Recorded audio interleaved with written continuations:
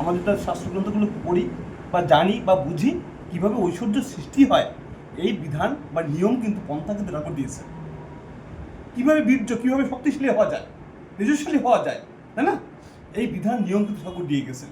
তার শাস্ত্রগ্রন্থ পড়ি বা বুঝি বা তার সঙ্গে সঙ্গে যারা ছিল তারা কি আসলে সত্যি সত্যি ঐশ্বর্যশালী হতে পারছে, কীভাবে তারা বীর্যশালী হতে পারছে, এটা কিন্তু আমরা খোঁজ করলে বুঝতে পারি। যশ আসলে কি ঠাকুরকে গ্রহণ করলে আমাদের কি যশ বাড়ে কিনা, আমাদের সুনাম বাড়ে কিনা, আমাকে সবাইকে ভক্তি শ্রদ্ধা করে কিনা, এটা কিন্তু আমরা জানতে, যদি আমি জানতে পারি তাকে গ্রহণ করে এটা যদি সৃষ্টি হয় আমাদের, বা যারা গ্রহণ করছে এত পর্যন্ত, না ঠাকুরকে নিয়ে মানুষের ডক্টরেটও করেছে, তাই না? এটি বোঝা যাচ্ছে যশ কিন্তু সৃষ্টি হয়, কিন্তু যশ শ্রী অর্থাৎ সৌন্দর্য, শ্রী শব্দ যে সৌন্দর্য, তাই না? আসলে কিন্তু আসলে ঠাকুরকে গ্রহণ করলে আমাদের যে শ্রী বৃদ্ধি হয়, আমাদের যদি আমরা সুন্দর হতে পারি, আমাদের দেখে মানুষ মুগ্ধ হতে পারে, আমাদের চলা বলা কলা দেখে সবাই বুঝতে পারে যে আসলে কাকে ধরে এত সুন্দর হয়েছে, কোন মিষ্টি দোকান মিষ্টি কি এত এত সুন্দর স্বাদ পেয়েছে, তাই না?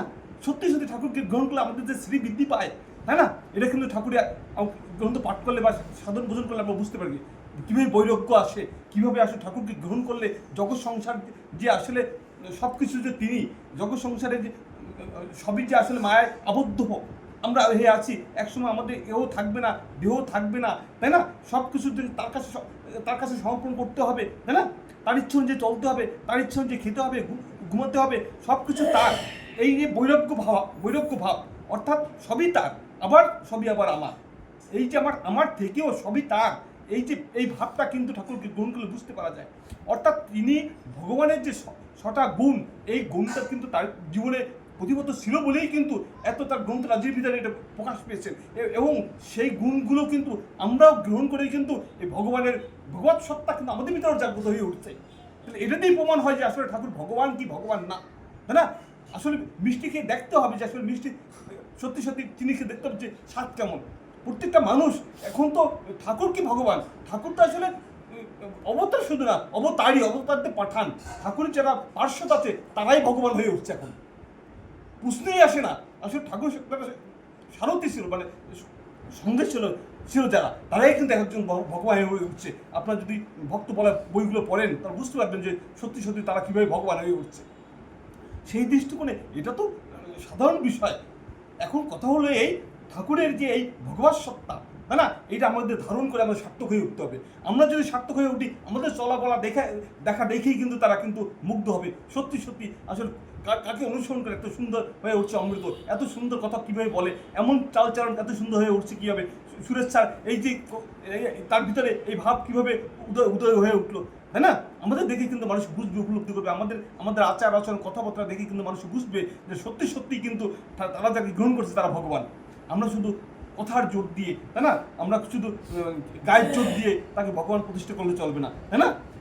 এইভাবে কিন্তু আমরা যদি এই যে বিরুদ্ধপন্থীরা আমাদের এই যে আঘাত করে, এই আঘাতের ফলে কিন্তু আমাদের চৈতন্য সৃষ্টি হয়। আমি যে ঠাকুর সম্পর্কে জানি নাই, বুঝি নাই, তাই না, না বোঝার কারণে কিন্তু এই উত্তরগুলো দিতে পারছি না, তাই না? আমরা সত্যি সত্যি ঠাকুর সম্পর্কে জানি, বুঝি, তার নাম ধান সাধন ভজন করে সে ভগবত সাথে জাগ্রত করে তুলতে পারি, তাহলেই কিন্তু আমরা মানুষকে বুঝাতে পারবো সত্যি সত্যি তুমি ঠাকুরের নাম দান 7 দিন করে দেখো, তাই না, আসলে সত্যি সত্যি তোমার বোধ জাগ্রত হয় কিনা, এরকমভাবে স্পষ্ট হতে পারি, সঙ্গে সঙ্গে এরকম ছুঁয়ে বলতে পারি আজকে থেকে তুমি নামধান করো, ঠিক মতো প্রার্থনা ইষ্টবিধি করো, তাই না? দেখো আসলে তোমার ভিতরে ভগবত সাথে জাগ্রত হয় কিনা, তুমিই বুঝতে পারবা ঠাকুর কে, তাই না? ঠাকুর কিন্তু নিজে বলছে যে আসলে কীভাবে মানুষ বেঁচে থাকবে, বেড়ে উঠবে, তাই না, কীভাবে ভালো থাকবে, এই কথাগুলো বলতে হবে। এইভাবে ঠাকুর কি ভগবান, ঠাকুর কি ঈশ্বর কিনা, ঠাকুর কি অবতার কিনা, এইগুলো নিয়ে খুব বেশি বাড়াবাড়ি ঝগড়াঝগড়ি করলে, তাই না, তর্কাতর্কি করে কিন্তু তাদের হৃদয়ে জয় করা যাবে না, তাই না? কীভাবে আসলে তাদের মুগ্ধ করা যায়, তাদের ভিতরে যে অপূর্ণতা আছে সেই অপূর্ণতা কীভাবে পূর্ণ করা যায়, কী খাটতিটা আছে, কী খাটতিটা কীভাবে তাকে পূর্ণ করতে হয়, এই সম্পর্কে ঠাকুর যে বিধান বা নিয়মগুলো দেওয়া আছে এইগুলো তাদের যদি বুঝাই বা শিখাই, তারা যখন তাদের অপূর্ণতা যখন পূর্ণ হবে তখন অটোমেটিকলি কি আমাকে ভালোবাসবে, ঠাকুরকে ভালোবাসি, ঠাকুরকে গ্রহণ করে ধন্য হবে। একসময় বলবে যে অনেক আগে যদি জানতাম, বুঝতাম বা পালন করতাম তখন কত না জীবন ধন্য হতো, দাদা আগে কেন বলেন নাই। এই স্যার যেরকম বলে বিয়ের আগে যদি ঠাকুরকে গ্রহণ করতাম তাহলে আমার জীবনে এত ব্যর্থতা বা কষ্ট আসতো না, তাই না, আমার জীবন ধন্য হয়ে উঠতো, তাই না স্যার? এরকম হয়ে উঠতে হবে আমাদের কথা, কিন্তু বুঝছেন ওখানে শেষের যে কথাটা বলা হয়েছে সেটা হলে আমাদের ভিতরে যে প্রবৃত্তি আছে, তাই না, এই প্রবৃত্তিগুলো ঠাকুরকে গ্রহণ করে সংশোধিত হচ্ছে কিনা, আমার পবিত্র কামক্রোধ মোহ মাৎসর্য যদি আমাদের খারাপ দিকে নিয়ে যায় বেশিরভাগ। তা ঠাকুর বলছে যে ওকে ধ্বংস বা দমন করার প্রয়োজন নাই, ওটাকে ইষ্ট কাজে লাগিয়ে দিতে হবে। বাড়ি যদি বসে গণ্ডগোল হয়, আমি গেলাম, কিন্তু আমি ঠাকুরের কাজ করতে গেলাম, রাগটা এই যে খারাপ দেয়, বুঝছেন স্যার? হ্যাঁ, সিস্টেম কিন্তু এরকম, বুঝতে পারছেন সিস্টেমটা? ঠিক তদ্রুপ শেষে কিন্তু ওই কথাটা বলছে, কিন্তু যেমন শ্রীকৃষ্ণ অর্জুন যেমন শ্রীকৃষ্ণের ভগবান, তাই না? এর কথাটা এটা বলা আছে না? তো ওখানে কি কথাটা কি বোঝাচ্ছে, যে অর্জুন কিন্তু যুদ্ধ করতে চাইছিল না। কেন চাইছিল না? তার আত্মীয় স্বজন মারা যাবে তাই, কিন্তু তার সে মায়ায় আবদ্ধ ছিল, তাই না? তার প্রবৃত্তিটা মায়ায় আবদ্ধ ছিল।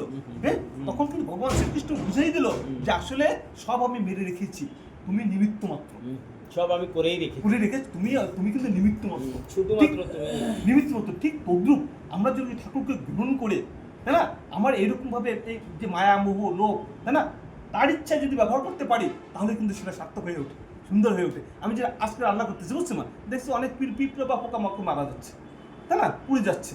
তো আমি ভাবতেছি আসলে রান্না করতে যাই তো আসলে আমার গিনিওরা মাতে এটা খুব পাপ করে, তাহলে দেখতেছি। কিন্তু পরবর্তী দেখলাম যে এই যে যে জিনিসটা রান্না করতেছি, এই রান্নাটা যদি ভগবানের প্রসাদ হিসেবে রান্না করি, ঠাকুরের নাম ধ্যান করে সাধন ভোজন করে, তাই না, করে আসলে রান্না করি, এখানে যারা আত্মহতি দেবে সবাই উদ্ধর হয়ে যাবে।